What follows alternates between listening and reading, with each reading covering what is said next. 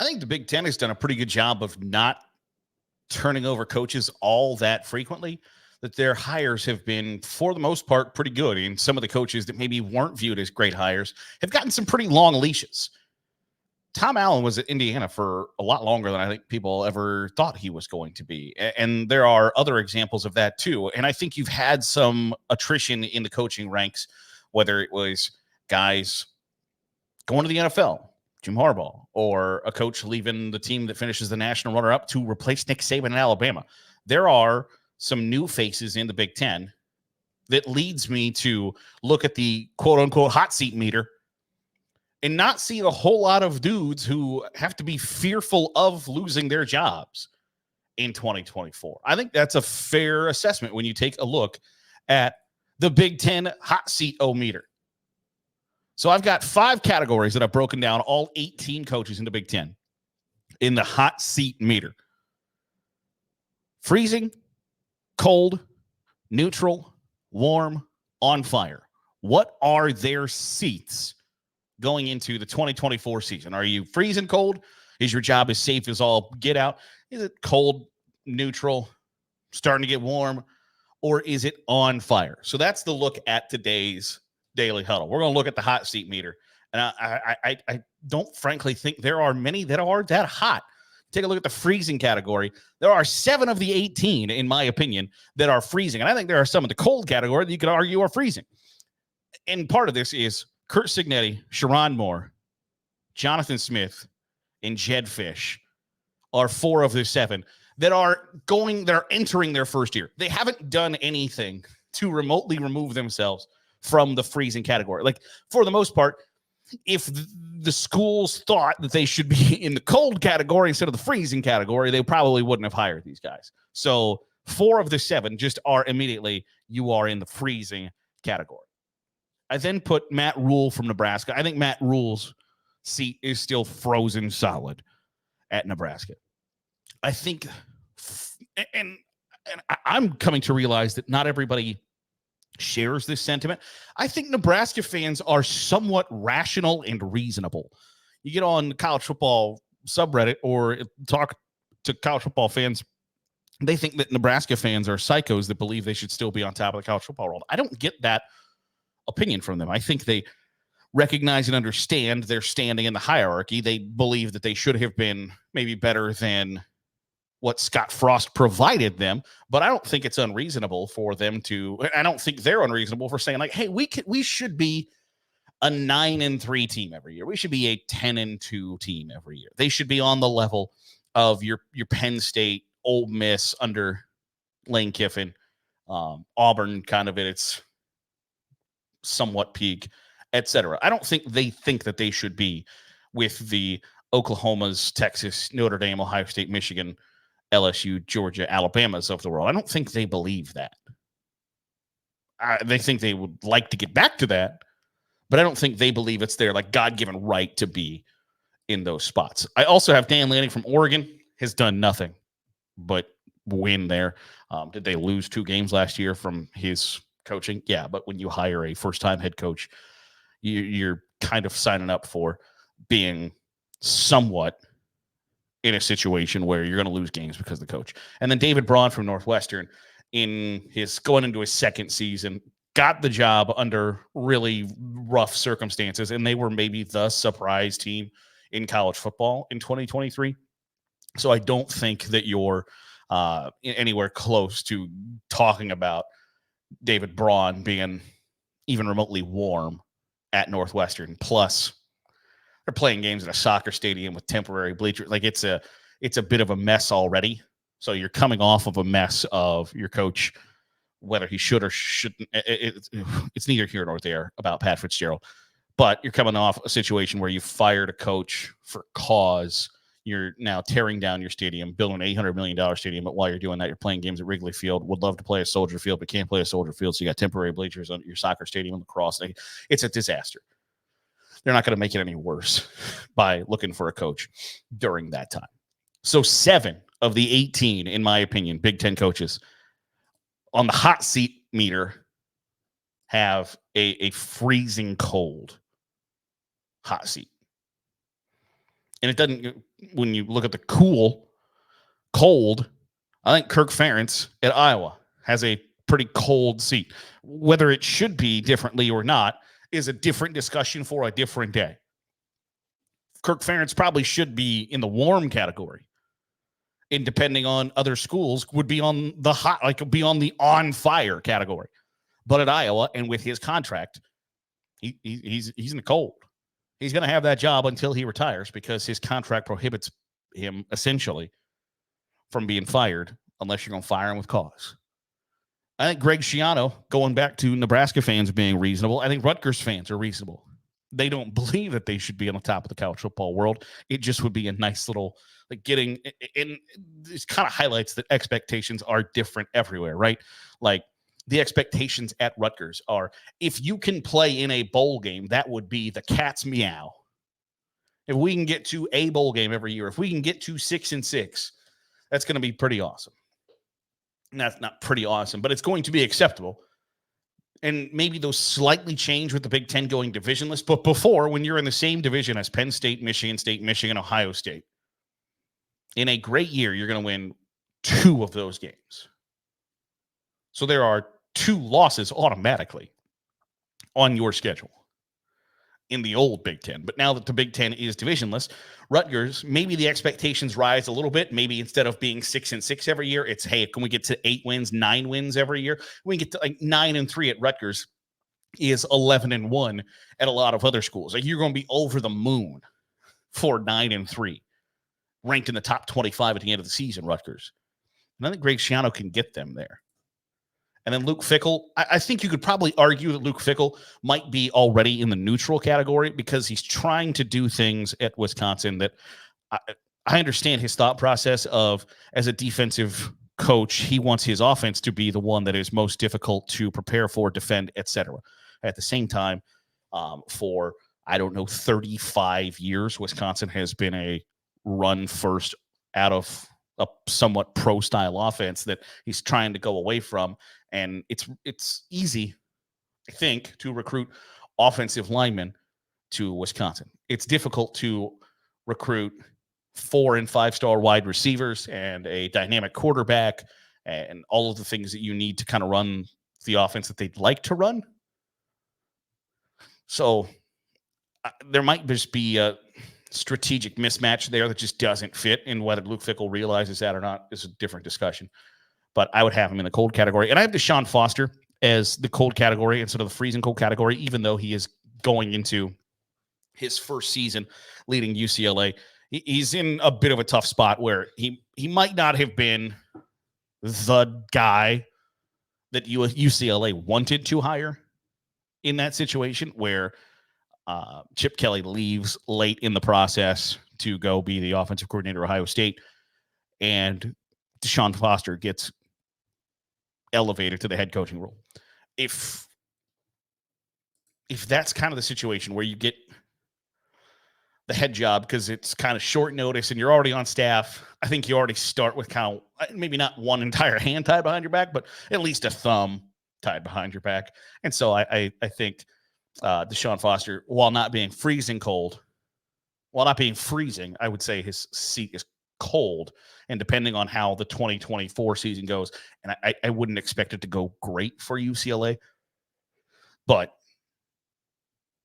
I think he starts off with a cold seat rather than a neutral seat. Now, the neutral seats, I think, might be controversial, and I'll explain myself. I have Mike Locksley from Maryland as neutral. I think similarly to the Rutgers, Nebraska folks, I think Maryland fans are rational, reasonable people that understand that they are not going to be 10 and 11 win teams every year. They've been good enough under Mike Locksley. If you wanted to put him in the warm category, I wouldn't argue vehemently against that. But I think he's neutral. I think there are so many people that are Maryland fans, Maryland boosters, Maryland athletic department, et cetera, that made the statement that Maryland can be good. All we have to do is keep kids from the DMV, right? Washington, D.C., Maryland, Virginia. If we can keep players from that area at the University of Maryland, we have a chance to be very good year in and year out. And the guy who was going to do that was Mike Locksley. Now, I find that to be a somewhat ridiculous sentiment, because what you're arguing essentially is the only thing we need to do to be good, to be an upper echelon team, is the things we've never done before.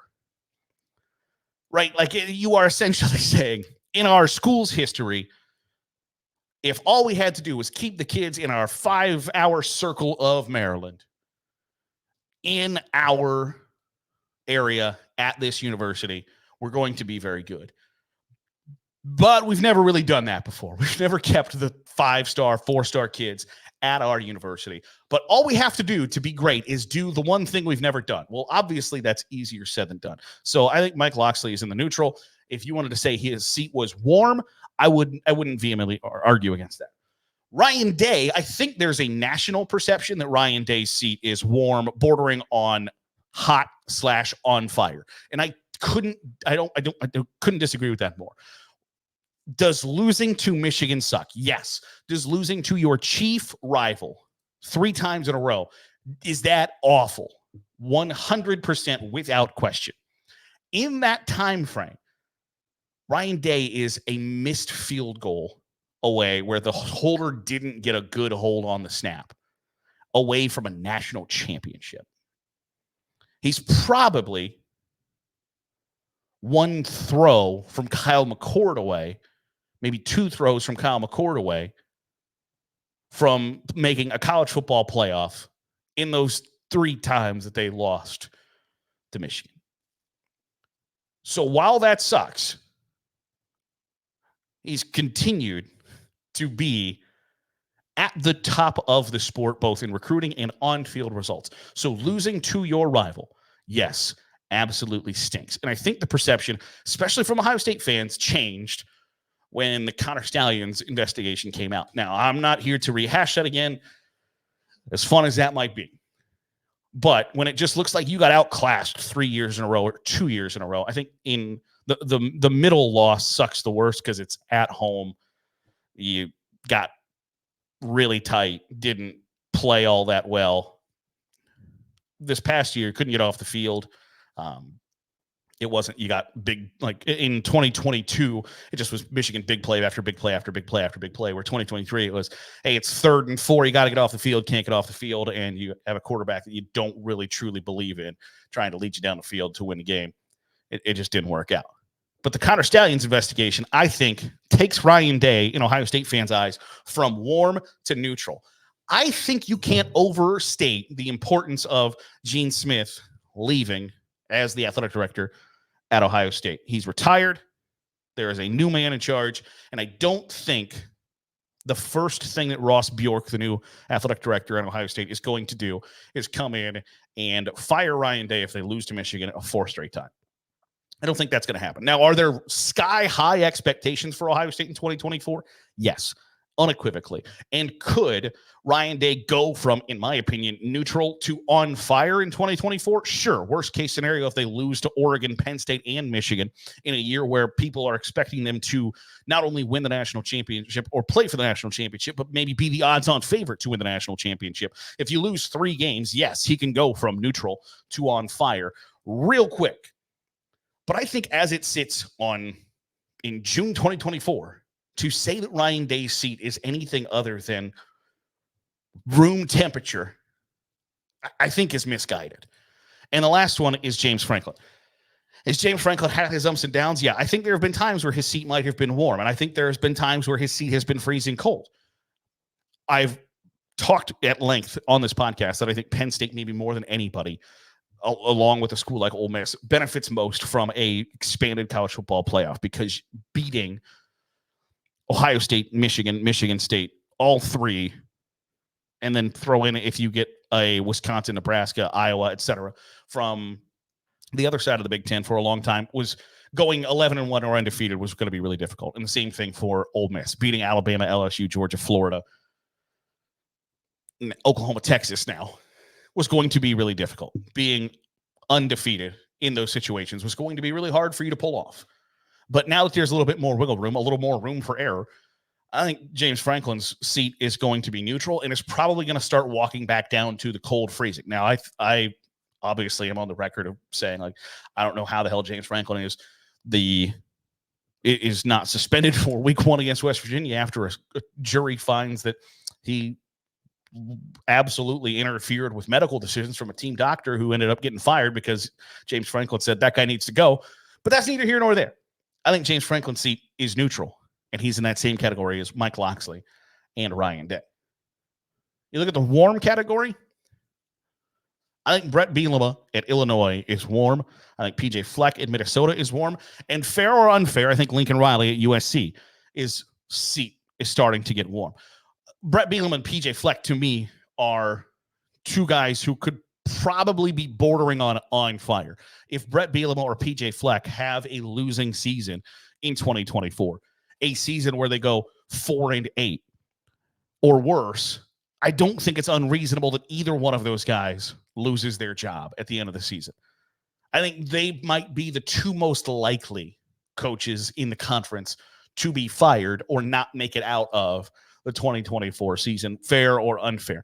I think Brett Bielema has been a little bit of a disappointment at Illinois just from what he did at Wisconsin. And then things went south a little bit for him at the end at Arkansas. I think his personality had a big part in him losing that job as much as the on-field situation. But I think Illinois hired him with the idea of, like, we're going to be an 8-4, 9-3 team every year with Brett Bielema. We're going to run the football, play great defense, and they haven't gotten over the hump with Brett Bielema as their head coach. PJ Fleck started at Minnesota really well. Has kind of petered out a little bit. It just, I don't know what their identity is. They haven't recruited the quarterback position very well.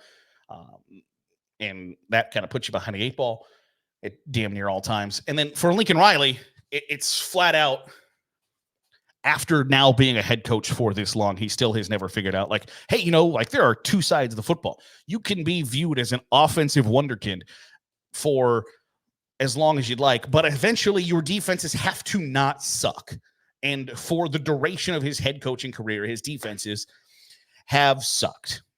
And so you're coming off a year where you had the reigning Heisman Trophy winner and things didn't go that well. Then you're moving to the Big Ten, where I don't know that they're going to be viewed as even a 9-win team. I think they're viewed as a 7 or 8-win team.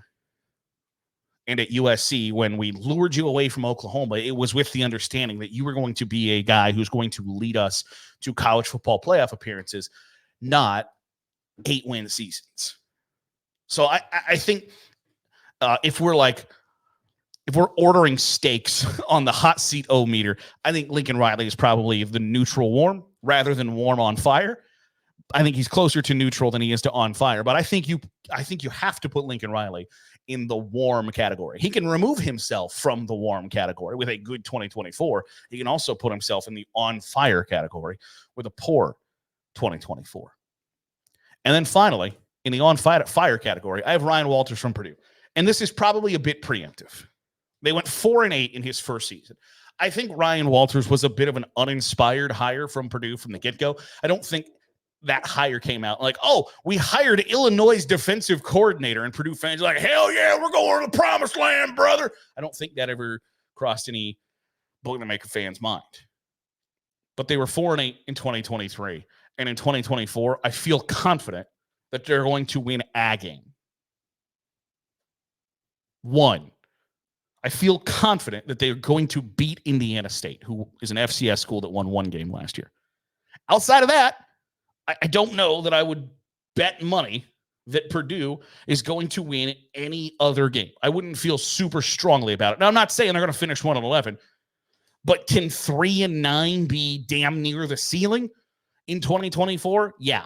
And if you go 4-8 and 3-9 in your 2 seasons as the head coach of a Division I Power 4 college football program, I think it's fair to say you are on fire no matter how bad the situation was that you stepped in. And I don't know that it was really necessarily a bad situation that he stepped into.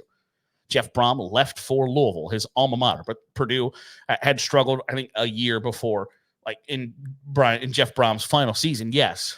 But they were an 8-win team before that. Ryan Walters steps in. They go 4-8. I think 3-9 would be like, that was a pretty good year. That's kind of like 5-7 would be best case scenario that you knocked off a couple of teams that you had no business knocking off. Purdue is not going to be good in 2024. And when I think it's probably fair to say Ryan Walters should be in the warm category, even after one season.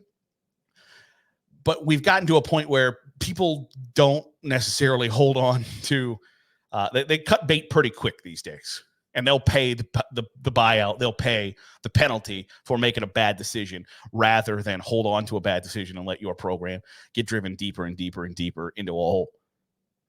So 4-8 in 2023, maybe 3-9 in 2024. That's a spot. It's a real easy way to find yourself with a hot seat that's on fire rather than warm. Want to know what you think? I got somebody in a category you disagree with. Do you think Ryan Day's seat is not neutral? It's warm. It's hot. It's on fire.